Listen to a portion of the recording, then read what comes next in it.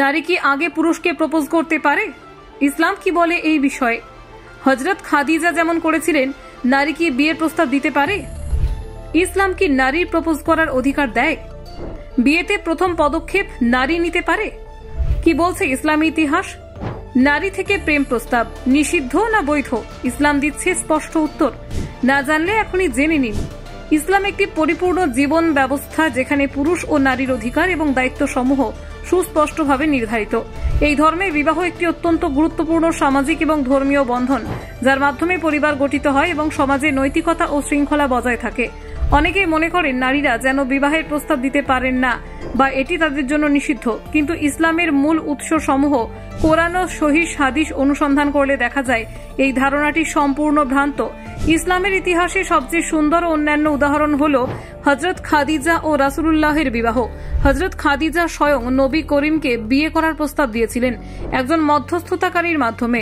নবী করিম তার প্রস্তাবে সম্মতি জানান এবং পরবর্তীতে তাদের দাম্পত্য জীবন ছিল ভালোবাসা, শ্রদ্ধা এবং পারস্পরিক সহযোগিতার এক উজ্জ্বল উদাহরণ। এই ঘটনাটি ইসলামে নারীর পক্ষ থেকে প্রস্তাব দেওয়া বৈধ বলে প্রমাণ করে। নবী করিমের জীবদ্দশায় একাধিক মহিলা সাহাবিয়া এমনকি স্বয়ং রাসূলকে সরাসরি বিয়ের প্রস্তাব দিয়েছিলেন। এগুলোর মধ্যে কিছু প্রস্তাব গ্রহণযোগ্য হয়েছিল, আবার কিছু প্রস্তাব তিনি সৌজন্যের সঙ্গে প্রত্যাখ্যান করেছিলেন।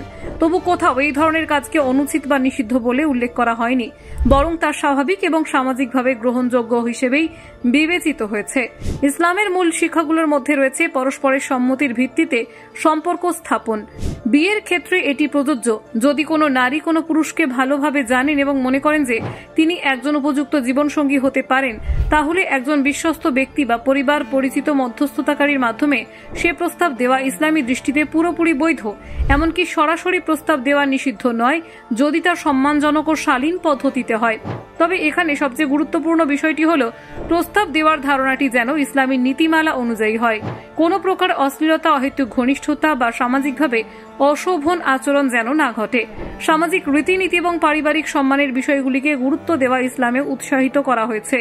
বর্তমান যুগে অনেক মুসলিম নারী নিজেদের পছন্দের পুরুষের প্রতি আগ্রহ প্রকাশ করতে দ্বিধাবোধ করেন। সামাজিক মানসিকতা ও সংস্কার অনেক সময় এই দ্বিধার উৎস, কিন্তু যদি ইসলামী দৃষ্টিকোণ থেকে দেখা যায় তাহলে নারী নিজের উপযুক্ত জীবনসঙ্গী নির্বাচন করার জন্য এই ধরনের পদক্ষেপ নিতে পারেন। এতে কোনো পাপ নেই, বরং তা হতে পারে একটি সম্মানজনক ও বাস্তবধর্মী সিদ্ধান্ত। অর্থাৎ ইসলাম নারীকে এমন কোনো বাধ্যবাধকতায় আবদ্ধ করেনি যে তাকে শুধু প্রস্তাব গ্রহণকারী হিসেবেই থাকতে হবে। ইসলাম নারীর স্বতঃস্ফূর্ত সিদ্ধান্ত গ্রহণের অধিকারকে স্বীকৃতি দিয়েছে। ইসলাম চায় নারীর সম্মান, আত্মমর্যাদা ও পছন্দ বজায় রেখেই সে একজন ভালো জীবনসঙ্গী বেছে নিক। তাই তো সে নিজে প্রস্তাব দিয়ে হোক কিংবা গ্রহণের মাধ্যমে হোক।